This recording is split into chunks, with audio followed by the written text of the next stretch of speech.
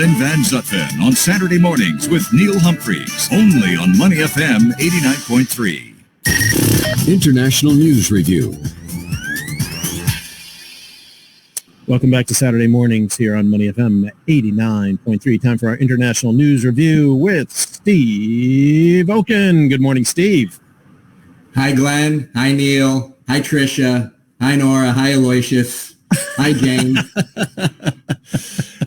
It's one big happy family here, minus that. What was his name? You missed Rohit. You missed Rohit at all. He's sailing. He's got to take us on his boat. You guys cut me off. You cut me off. I'm trying to bring the Kampong spirit to the international. That's it. Christopher and Rob and so many folks. The Kampong spirit, minus that guy who used to work with us. What was his name? Don't remember. I don't remember. He never brought us tea though.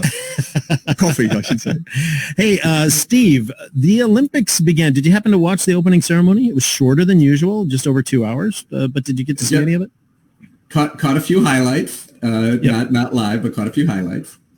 Yep. So what do you make of? Okay, a couple of things I got to mention. So 2 out of the 1,000 torchbearers. One was a cross-country skier from Xinjiang, a Uyghur, and the other was a general, not a general, but an officer in the People's Liberation Army that was involved in this fracas that they had between India, where a bunch of people on both sides died. So these two things seem to be making as much or more news than the rest of the opening ceremony. Well, the IOC president, Thomas Bach, said the Olympic Games are not about politics and it's strictly, the IOC is strictly politically neutral. Well, of course, that's utter nonsense, right? The Olympic Games are now all about politics. And they have been for quite a while, I think, since the Russian boycott in the 80s, right? Absolutely. And it's getting to be more and more the case. And so China was sending a strong political signal to its both domestic and foreign audiences of who it is choosing to run, or who it chose to run in the torch relay, who it chose to light the torch. And nations responded in kind. I mean, the U.S. and other countries had already been diplomatically boycotting the games. India joined the diplomatic boycott, where China, chooses as one of the torchbearers a commander a regimental commander in the People's Liberation Army who was involved and was badly beaten. Survived, came out of his coma, but was involved where 20 Indian soldiers were killed in that battle on the border. So it's all about politics.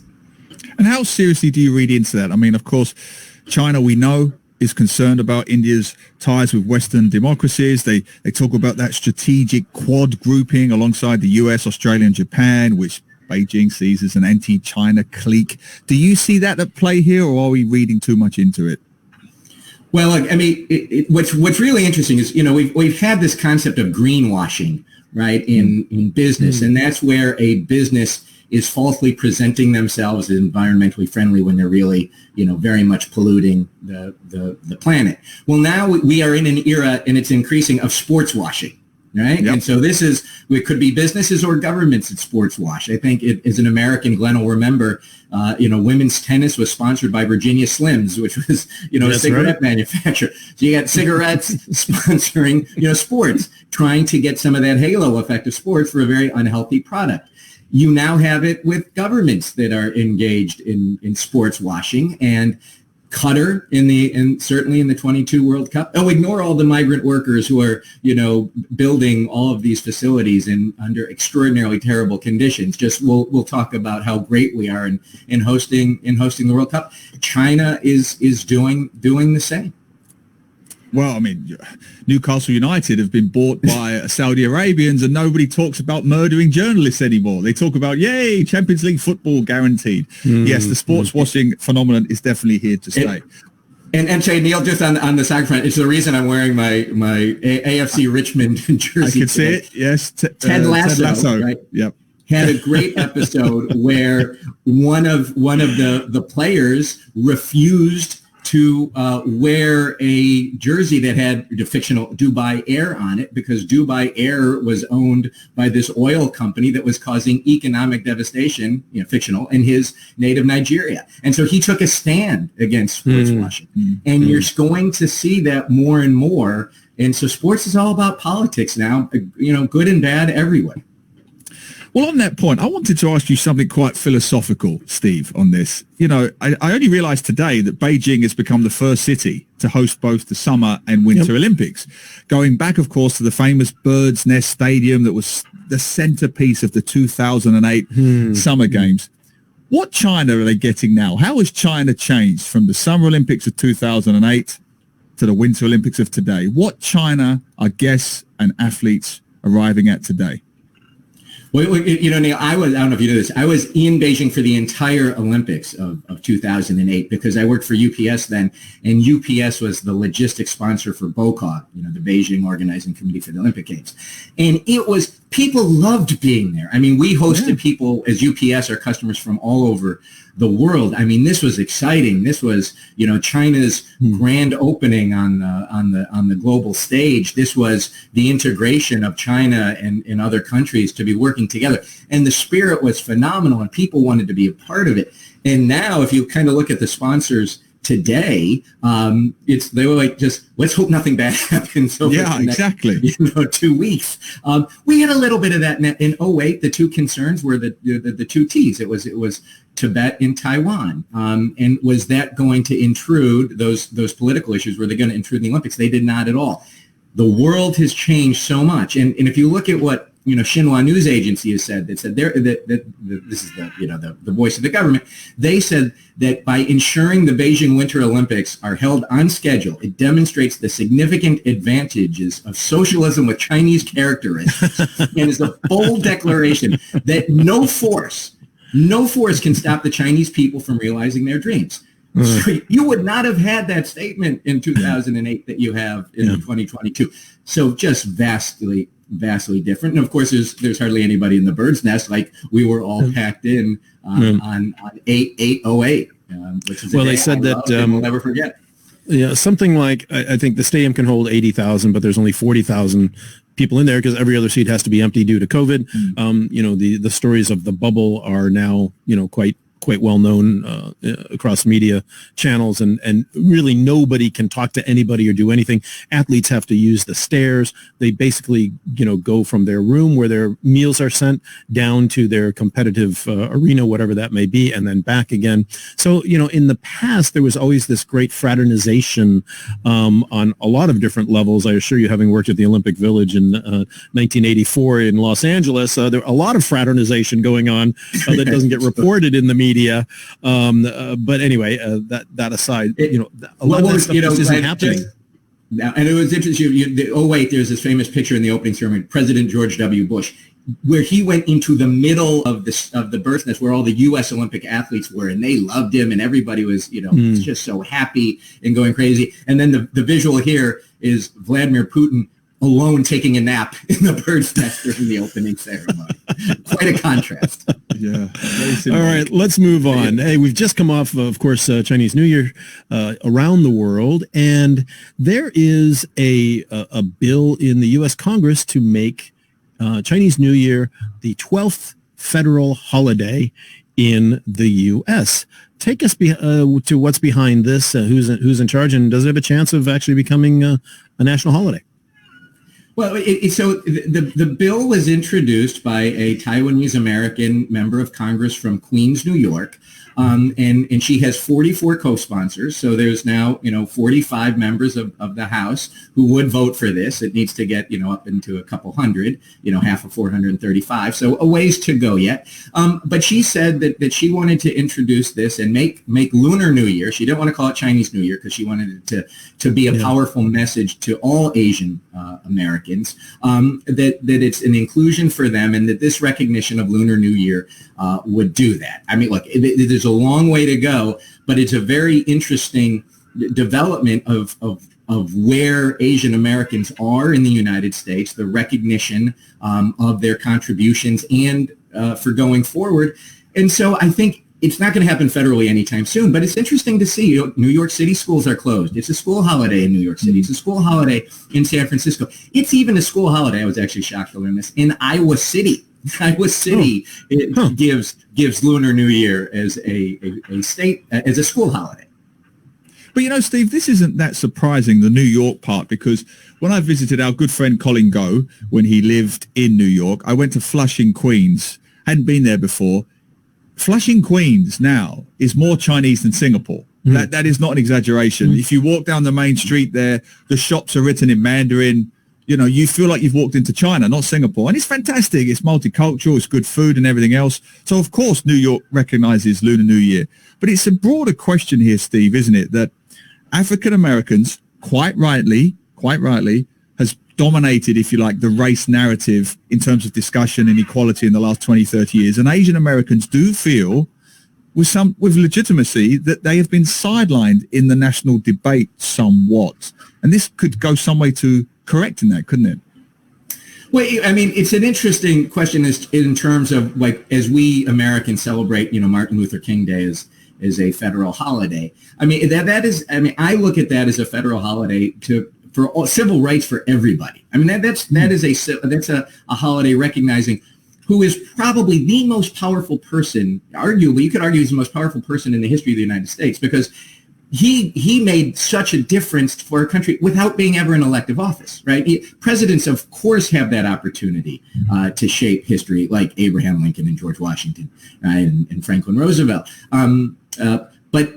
But King did it as a private citizen. So it's amazing what he accomplished. And so you would argue his day is not a black holiday. It's an American holiday about civil rights for everybody.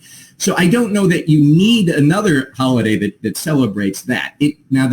What's interesting about, Lunar New Year is a holiday, does that represent all Asians? You can argue Japan doesn't celebrate Lunar New Year. So if you have a Lunar New Year holiday, is that really a holiday for all Asian Americans? I think that's an interesting question to ask as this goes along. But you're seeing it. I think I would almost bet that California, it'll be a state holiday. It's not a state holiday yet in California. Certain schools are closed in California, but government's open. I think it'll start there, and it could move its way across the country. Yeah. The other interesting thing, and we don't have an answer to it now, what do you do about the changing dates of Lunar New Year, right? It changes every year. So all the other national holidays, it's the X day of X month. And no matter what day of the week that falls on, that's your holiday. But it's a moving target, if I can put it that way, for... I know, Glenn, you're right. I mean, the Vietnamese New Year is not necessarily the same as the Chinese New Year. Correct. There are different dates, different, and so on. Yeah.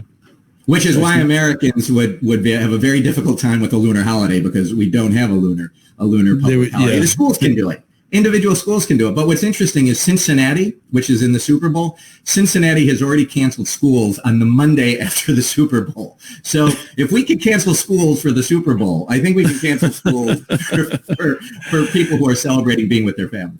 Indeed. Exactly. All right, let's move on. Speaking of being canceled, the government of Myanmar is being canceled, at least as far as it coming to the ASEAN leaders emergency meeting in April. The leaders from Myanmar are not being invited to that, based on what's been happening as we've just passed the anniversary, the 1-year anniversary of the coup in Myanmar. What do we know about that, Stephen? How big of a deal is it that they're not invited? Well, I mean, we've been talking about Myanmar for a year, and we keep saying the same thing over and over and over again. Right now, we're up to 1,500 dead. You've got 12,000 that are unlawfully in detention. God knows how many tens of thousands, if not hundreds of thousands, have been displaced and are living in jungles and barely surviving that way. So it just gets worse and worse and worse. In April, ASEAN came together with this 5-point consensus that Myanmar was supposed to meet, and it never did, and it continues not to meet it. So you're seeing some steps here, right? Myanmar's military leader was not invited to the ASEAN summit in October. Now you have the foreign minister not being invited to the upcoming foreign ministers meeting. I mean, we kind of you got to do more than that. So it's a sign at least that. But that is a stronger. I mean, that's a far stronger position than ASEAN has taken in the past, right? I mean, this is actually quite a big move to actually block out one of their members. They've been doing a lot of talking over the past year, but this is actually a concrete action, isn't it? Well, look, I was with you. I was a glass half full, and I am now glass half empty, if not glass 3/4 empty. ASEAN's got to step it up, and it hasn't yet. Now, the U.S. is stepping it up as much as it can. They have increased sanctions on the military. The UK is increasing sanctions on the military and now on other leaders. And what was interesting, and it was buried in a Reuters report that came out this week, there were U.S. officials here in Singapore talking to the Singaporean government, because Singapore is Myanmar's biggest source of foreign investment in recent years. And so the U.S. is now reaching out to Singapore to discuss ways to limit the military's access to financial assets overseas. So that'll be something to watch. And I think maybe what's happening behind the scenes is much more important than what we're reading about just not inviting some foreign minister to come to some meeting Fair enough. where nothing ever gets done anyway. Well, that was going to be my question, Steve. At what point does it start to hurt the Myanmarese leaders? Because clearly, as we just mentioned, it does get a little bit Groundhog Day on this show with this subject, sadly. We talked about the emergency meeting in Asia with the ASEAN leaders in April, a whole list of demands which were pretty much rejected, if not ignored, by the current leadership in Myanmar. Okay, this is, as Glenn mentions, this is a step further, but how much attention are they going to pay to this? And more importantly, at what point what needs to be done now for Myanmar, for it to really start hurting the Myanmarese government? What can ASEAN do now? I mean, it's got to be economic and financial sanctions. Sometimes the sanctions work and sometimes they don't work. You've got to be careful here, because what you also don't want to do, if you're a U.S. perspective, or I think even an ASEAN perspective, is push Myanmar closer and closer to China. So if you cut off Myanmar's financing, right, to the military, you don't want to hurt the civilians. You don't want to push them closer to China economically, and so you've got that balancing act. But it's going to be economic is going to be the way that may not work. It may work. Sometimes sanctions work, sometimes they don't. But I think if you have a coordinated, economic sanction against the military and their partners and the businesses where they're making all their money, that's going to be much more important than what's happening from a diplomatic perspective. All right, Steve, let's leave it there for now. Last topic, quickly, the U.S. Is issuing a statement related to forced labor on Malaysian palm oil producers. The Customs and Border Protection has issued what's called a notice of finding, in which it determined that palm oil derivative products produced by Sime Darby Plantation and its subsidiaries and joint ventures are using convict, forced, or indentured labor, and those products are being imported into the U.S., which is a no-no. This comes after a year-long investigation. This is a big deal. It is a big deal, and this is an example where economic sanctions can work. And the U.S. has hit Malaysia with 7 bans in 2 years on forced labor. A lot of it was in the manufacturing of, PPE in the rubber gloves, and companies like Top Glove had been sanctioned. And the U.S. is taking a strong case. And this started under the Trump administration. So this has been accelerated under the Biden administration. But this is bipartisan in the United States, that you do not want to see forced labor being used to have goods imported into the U.S. And we talk a lot about this when it comes to Xinjiang, but it happens everywhere. And forced labor is a massive issue in Malaysia, in part because of how many migrant workers there are there. It's 15% of the Malaysian workforce is migrant workers. And that's about 2 million. And then you may have up to another 2 to 4 million undocumented workers in Malaysia on top of that. And Malaysian law says you cannot engage in forced labor, yet the U.S. and rights groups find forced labor happening in Malaysia all the time, and it looks like the Malaysian government is going to take action to enforce its own laws more than it had in the past. So we're moving in the right direction. What role could Singapore-based businesses have in this, if any?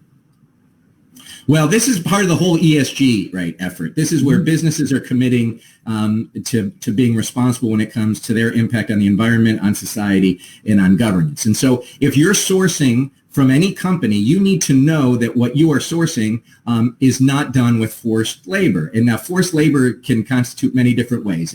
It's not paying workers the legal wage. It's not giving workers overtime. It's making them live in squalor. It's taking their passports away from them. And remember, there's millions of workers, foreign workers in Malaysia. You take away their passports so that they can't travel, and then you can enforce all of these bad labor practices against them. And so there's a lot of materials sourced in Singapore from Malaysia, sourced everywhere from Malaysia. And if the businesses are being honest about their ESG efforts, they need to go into their supply chain and make sure there is no forced labor in their supply chain, that the palm oil that's coming in, being processed in Malaysia is not done with forced labor, that the PPE coming in is not done with forced labor. And so if businesses say they're ESG compliant, the Singapore government should be holding them to those commitments, and the Singapore government's starting to do that. And then you can have a real difference made from the businesses, not just from